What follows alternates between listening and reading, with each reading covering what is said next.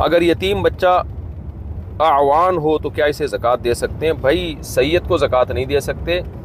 سید جو حضرت علی کی اولاد میں ہوں، نبی صلی اللہ علیہ وسلم یا حضرت فاطمہ کی اولاد میں ہوں، ان کو نہیں دے سکتے. باقی سب کو زکوٰۃ دے سکتے ہیں. اعوان کا مجھے نہیں پتا کہ یہ سادات میں سے ہوتے ہیں کہ نہیں ہوتے. اگر چوتھی رکعت میں شک ہو جائے کہ تیسری رکعت ہے تو کیا کریں؟ اگر چوتھی رکعت میں شک ہو جائے تو حدیث میں آتا ہے کہ یقین پر بنا کرے. وہ یقین کا مطلب کہ اس کو تیسری ہی سمجھے.